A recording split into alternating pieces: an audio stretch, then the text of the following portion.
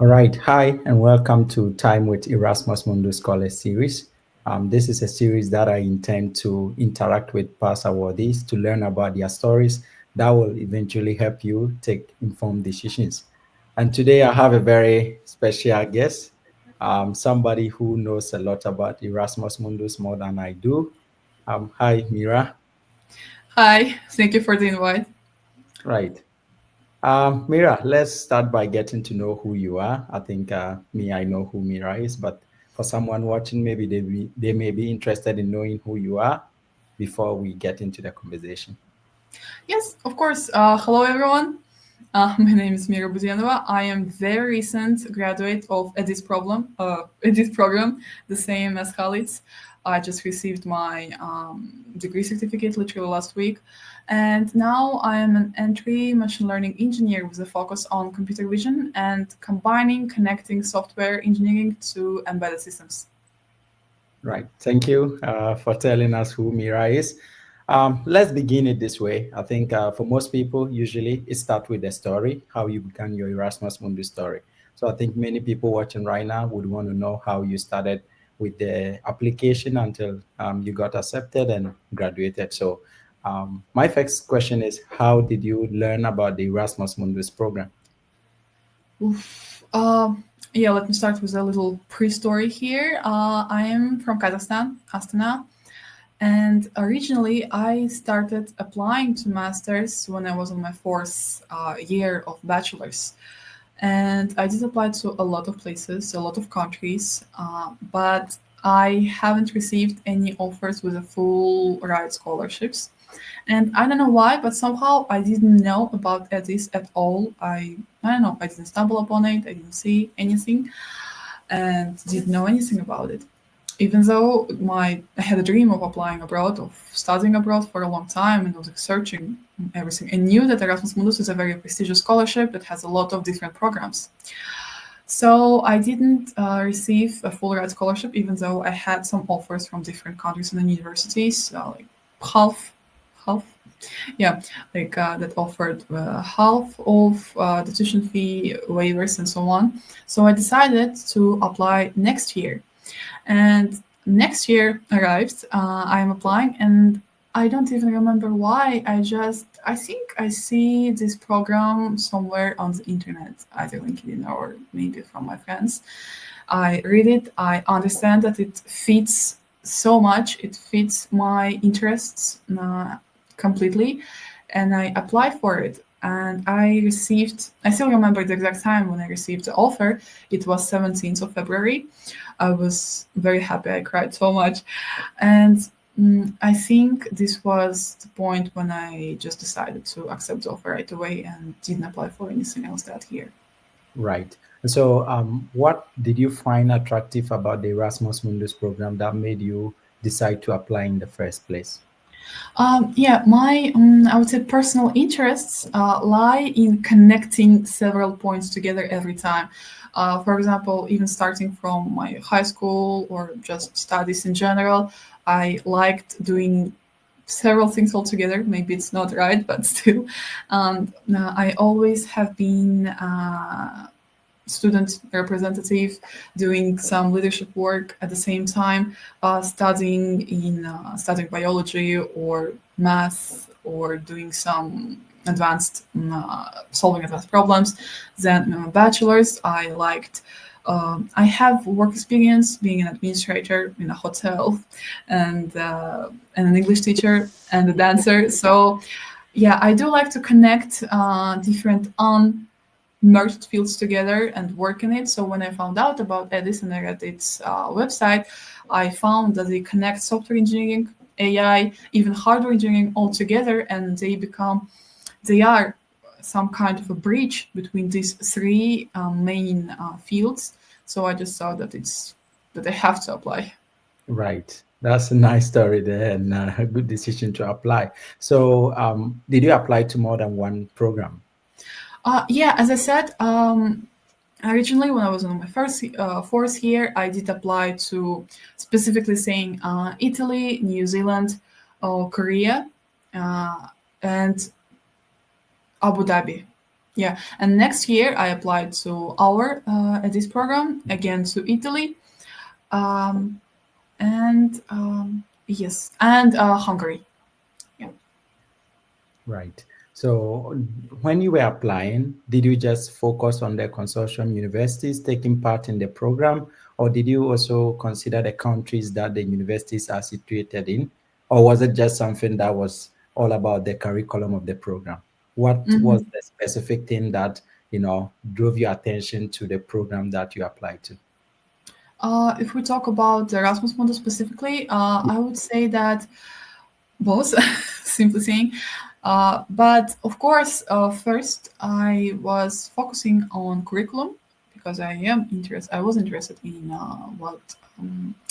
what courses I will take and study. But of course, the difference in Erasmus Mundus programs is that they have different specializations. That's why courses in each country of attendees differ. And because of that, of course, I was considering whether my personal interest in countries align with my interest in specific courses. And if I do remember correctly, it was just 2 years ago, right? I was focusing on Italy first.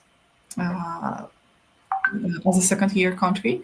But during my first semester of studies, like our first semester of studies, I did change my mind to Spain. And in our program, we have to choose our second year country in the middle of the year, around, well, yeah, in the middle of the study year, around February. So that time I chose Spain. Right. Uh, Yeah. yeah, sorry, let me just a bit finish because I chose Spain first because of the curriculum. I just decided and realized that I like their specialization more as they were focusing on intelligent systems, computer vision, and connecting them together. And I chose Spain because I just wanted to see the sea. Yeah, let's just, yeah, face it. Good. And how was your experience like, being enrolled in an Erasmus Mundus program? There's a lot of expectations. So before you got enrolled in the program, how different was the experience from, how you had anticipated? Uh, Honestly, I didn't have any expectations of the experience of any program or of the program itself because, as I said, it was my dream of studying abroad and just living abroad. And when I was applying, even then, I was just thinking about the curriculums, about the programs, about how I am supposed to, how much work I'm supposed to do to apply. And then when I got my offer, I was doing everything to prepare to leave, to prepare all the documentations and to work on my not ability, but to remember several like fields and classes to better study, to study better during the masters. But to give the answer, I would say that I expected the program to be diverse in experience in the sense that, of course, I knew there were a lot of people and a lot of countries, but it was much better than I expected. Maybe because I don't have any fantasy, but I did try a lot of new experience, not only in meeting new people and visiting new countries, but also academically. Me and my team, we have one of the project-based courses in EDIS, in one of those courses, we had to work on a project and then write a paper. And so I found out how this to write a scientific paper, to work on it with our professors who have a very, very uh, big experience. And then, of course, the process of writing thesis, it was also very huge. And then learning a lot of new topics and courses that before that I had no idea of like what it is. So yeah, it was very, very different, but in a very, very good way.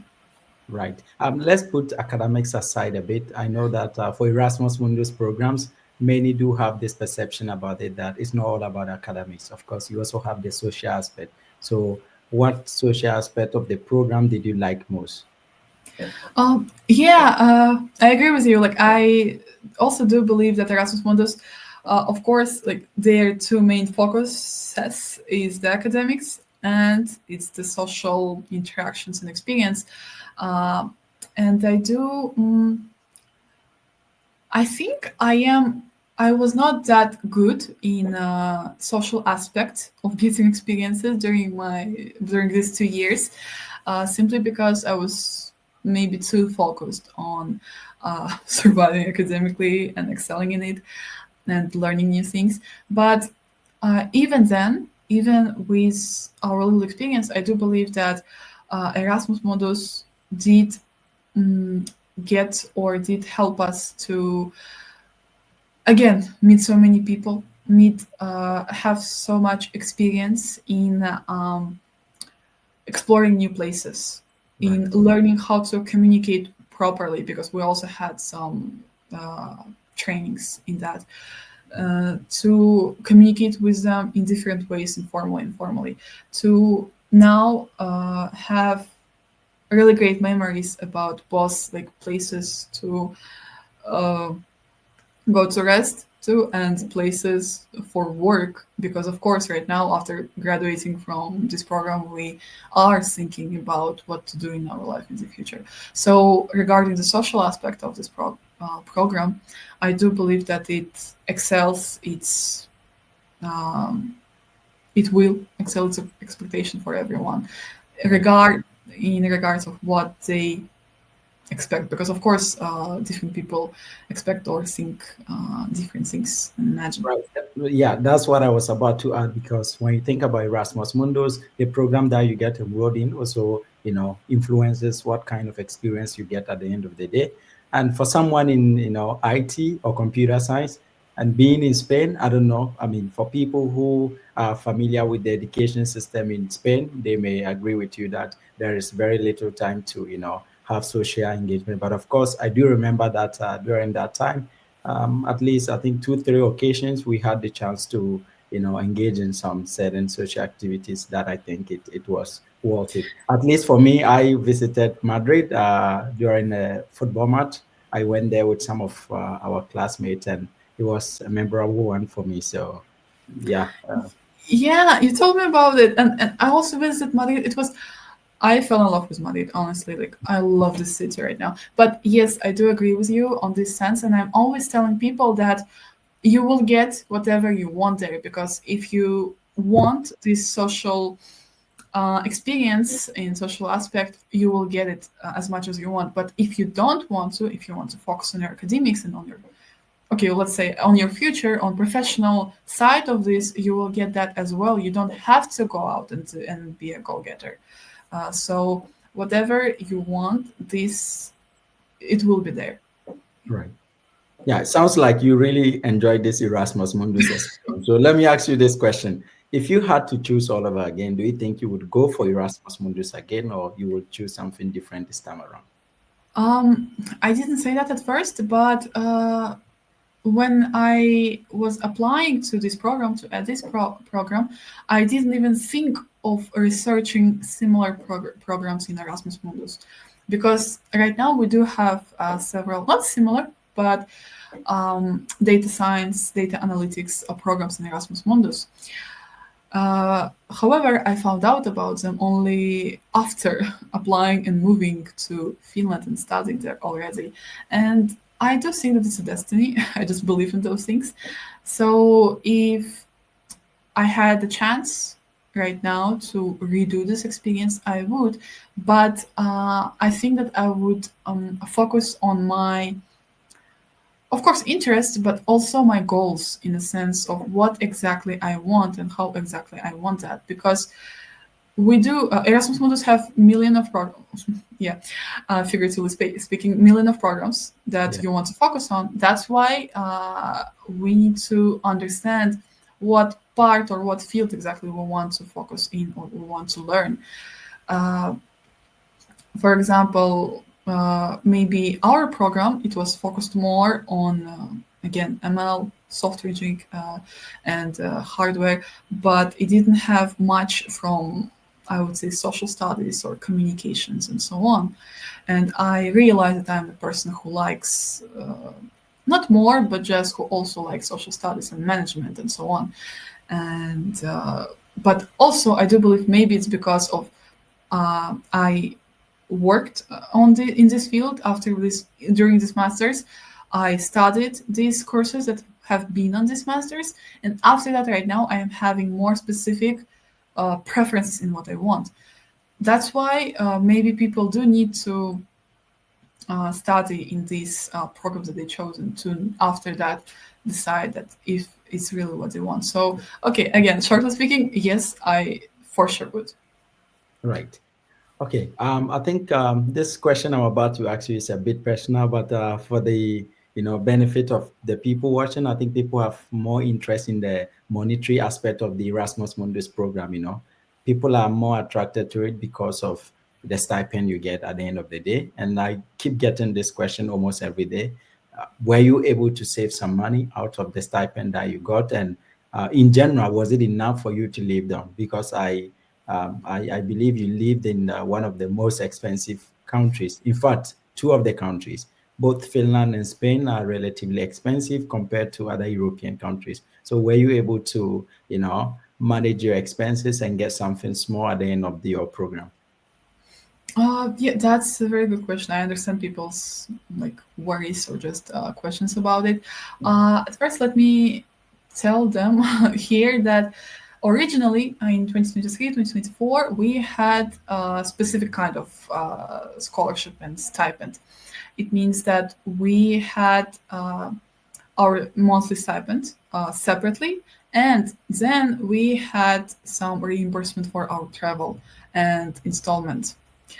So it was very nice to receive this travel reimbursement during the beginning of the year. So I instantly saved that money and I used some to travel around Europe. I visited several countries. And I will say that my stipend, the monthly stipend, helped me, yes, save and live comfortably in the city. But also, I do believe that Turku, the first city that we lived in Finland, is a bit less expensive than Helsinki because Helsinki is the capital. It's always more expensive in the capital. I think that's also the reason why we could save some. And for me, it's hard to save money. Like I Yeah. always like to spend it on several things. I was researching some, yeah, online stores a lot. Yeah, but in my second year, I yeah, again, let me tell you some specifics of our program. Is that during after the first year and before the second year, we should have some summer internships in the companies or either at universities, and that time I couldn't get a summer internship that paid me. That's why I got an internship at university that didn't pay me at all. So even then, my stipend and savings that I had from my first year helped me to overcome first summer and then I moved to Spain. Spain in general is not that of an expensive country, but Palma, like Palma de Mallorca, the city we lived in, is very expensive because it's very touristic. So the accommodation there is very expensive and it's not really standardized for students.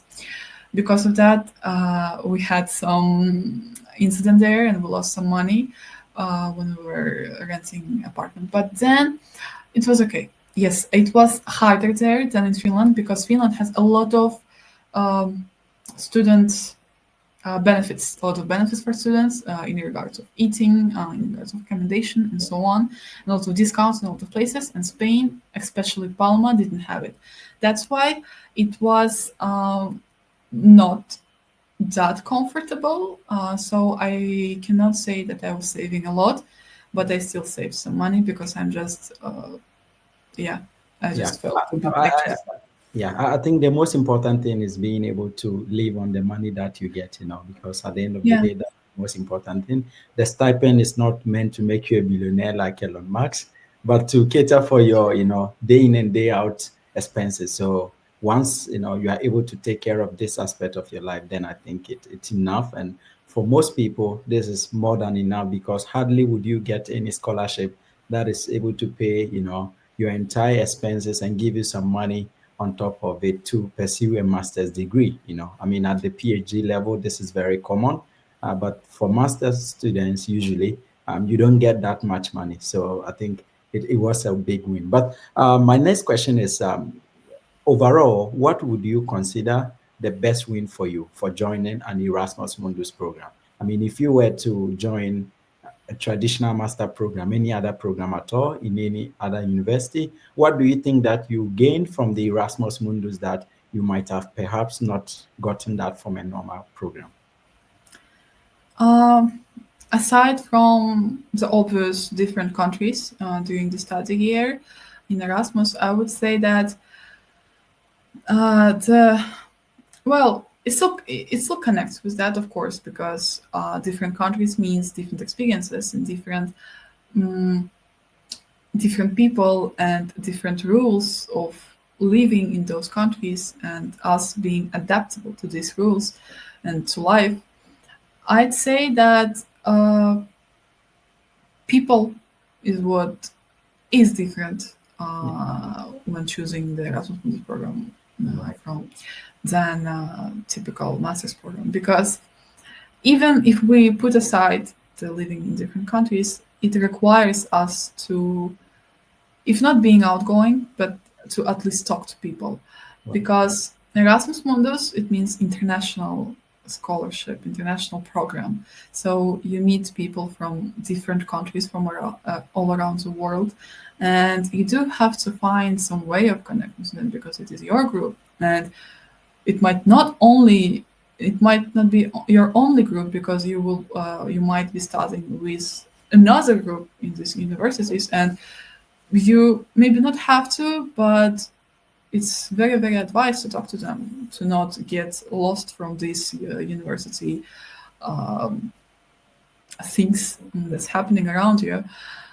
And it kind of forces you yeah, to find out or to learn about other people's cultures, right. experiences, and just them and countries as well. So it makes you more open to the Right. world in the sense, yeah. I think I've heard a lot of people also mention this, that they go into the program entirely a different person and come out as a different person. And this is because the demand of the program, like you rightly said, you don't have to isolate yourself. You have to interact with people. You need to, work with other people from entirely different background. Of course, in normal master programs, you may perhaps have this opportunity, but due to the interdisciplinary nature of this Erasmus Mundus program, it's not a choice.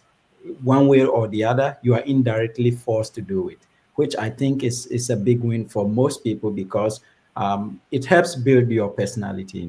The way you envision the world becomes entirely different. The way you interact with people, you have to live in different countries, which means that different environment. You have to manage your residence permit. I remember in Spain when I visited the office to do my residence permit.